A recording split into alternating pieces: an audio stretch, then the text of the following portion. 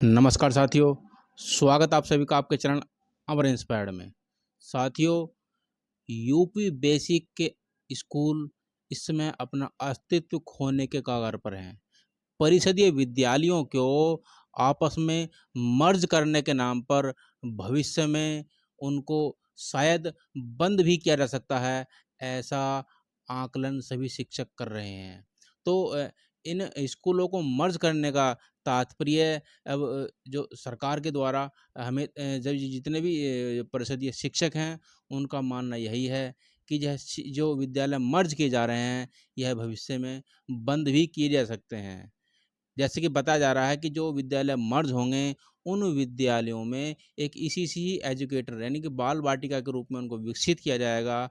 लेकिन वहाँ के जो स्कूल के जो अध्यापक हैं, शिक्षक हैं, वह किसी दूसरे स्कूल में मर्ज कर दिए जाएँगे और वहाँ के जो बच्चे हैं, वह भी दूर वहाँ से किसी परिषदीय विद्यालय में उनको मर्ज कर दिया जाएगा। अब ऐसे में जो आरटीई अधिनियम कहता है कि हर 1 किलोमीटर के दायरे में एक परिषदीय प्राथमिक विद्यालय होना चाहिए।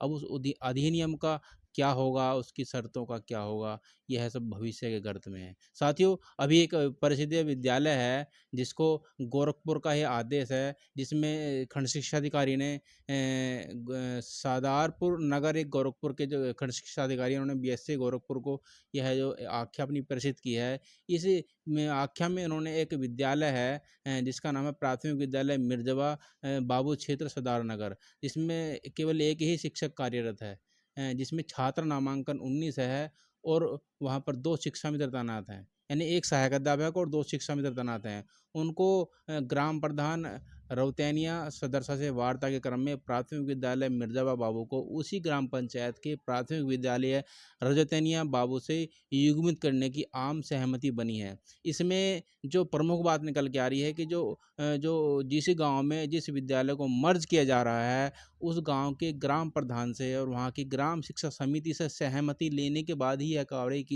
की जा रही है। और बाद में यही कहा जाएगा कि जिस विद्यालय को मर्ज किया जा रहा है, कि उस विद्यालय को मर्ज वहाँ के ग्राम प्रधान और वहाँ की जो ग्राम शिक्षा समिति थी, उससे परामर्श लेने के बाद ही मर्ज किया गया। तो साथियों, इसमें जो ग्राम प्रधान का और ग्राम शिक्षा समिति का मुख्य रोल रहेगा, उनसे सलाह लेने के बाद ही जो है ग्राम सभा से सलाह लेने के बाद ही विद्यालय को मर्ज किया जाएगा। अब आगे की जो देखते हैं, ये उन्नाव की खबर है। उन्नाव में जिला शिक्षा अधिकारी ने 25 ऐसे विद्यालय हैं जिनमें 10 से कम नामांकन है, जिनकी सूची है जारी की गई है। तो 10 से कम जो नामांकन वाले विद्यालय हैं, इनको भी नज़दीक के विद्यालयों में मर्ज करने के लिए जितने भी खंड शिक्षा अधिकारी हैं, सभी को आदेशित किया गया है कि इन सब की आख्या प्रस्तुत करें और वहाँ के ग्राम शिक्षा समिति और वहाँ के अभिभावकों से, वहाँ के ग्राम एसएमसी से सबसे जो है लिखित रूप में आख्या लेकर के, उनसे सहमति लेकर के और नज़दीकी विद्यालय से उनको मर्ज करने के लिए अपनी आख्या 2 दिवस में प्रस्तुत करें। तो साथियों, यह कार्यवाहियाँ शुरू हो चुकी हैं उन्नाव में, उससे पहले ये गोरखपुर में। साथियों, जो पूरे प्रदेश में जो हम आपको बता रहे हैं डाटा में, पूरे प्रदेश में ऐसे 29,089 विद्यालय संचालित हैं, जिनमें 0 से 50 नामांकन यानी 50 या 50 से कम नामांकन है। इस प्रकार से प्रदेश में अपर्याप्त छात्र नामांकन वाली लगभग 22% विद्यालय संचालित हैं। इन विद्यालयों में लगभग 9,98,000 बच्चे अध्ययनरत हैं, अर्थात औसत रूप से लगभग 34.35 बच्चे प्रति विद्यालय नामांकित हैं। इन विद्यालयों में लगभग 82,997 मानव संसाधन यानी कि प्रधानाध्यापक, सहायक अध्यापक, शिक्षा मित्र, अनुदेशक आदि ये सब कार्यरत हैं। तो इस प्रकार से औसत रूप से प्रति अध्यापक लगभग 12 बच्चों को पढ़ाया जा रहा है।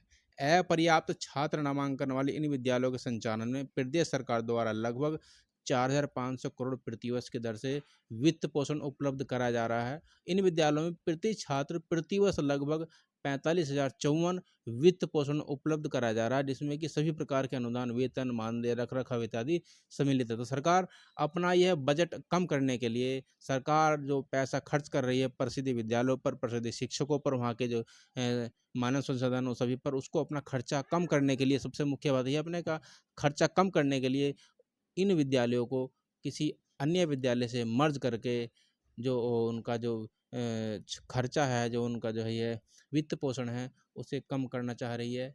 और इसका जो खामियाजा जो परिषदीय शिक्षक हैं, विद्यालय में पढ़ने वाले जो अध्ययनरत छात्र हैं, उनको भुगतना पड़ेगा।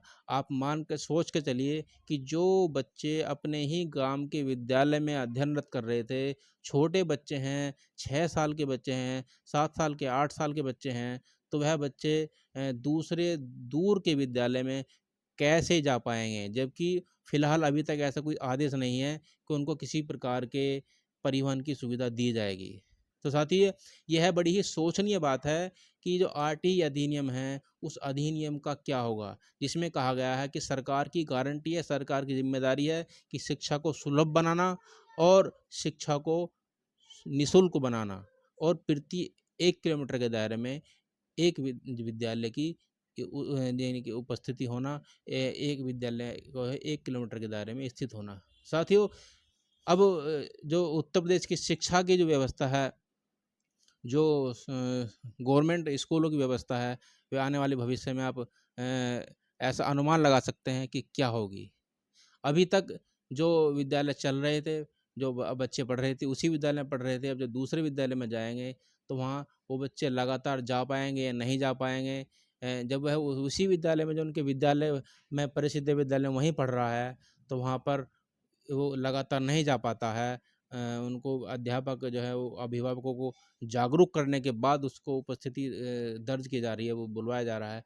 तो परिषदीय स्कूलों के जो बराबर में उनको नंबर जब मर्ज करने के बाद वह स्कूल जा पाएगा या नहीं जाएगा, तो यह स्कूलों की स्थिति जो है आने वाले समय में क्या होगी, अब यह तो भविष्य ही बताएगा। साथियों, यदि आपको अपना जो शिक्षक साथी हैं, जो परिषद विद्यालयों के अध्यापक हैं, शिक्षा मित्र हैं, अनुदेशक हैं, या जो भी कर्मचारी हैं जो इस वीडियो को देख रहे हों, वह इस वीडियो को अपने साथियों के साथ, अपने मित्रों के साथ शेयर ज़रूर कीजिएगा, चैनल को सब्सक्राइब कर लीजिएगा, और कमेंट सेक्शन में अपनी राय ज़रूर बताइएगा कि यह जो कार्रवाई सरकार द्वारा की जा रही है, क्या यह कार्रवाई बिल्कुल सही है?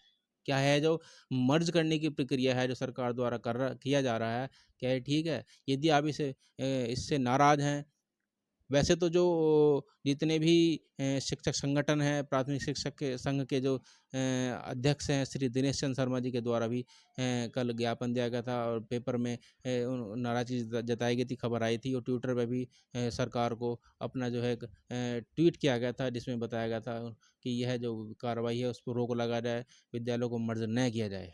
तो साथियों, आपकी क्या राय है, कमेंट सेक्शन में ज़रूर बताइएगा। मेरी वीडियो को लाइक कीजिएगा और चैनल को सब्सक्राइब कर लीजिएगा। साथियों, मिलते हैं अगली वीडियो में, तब तक के लिए आपका सादर नमस्कार।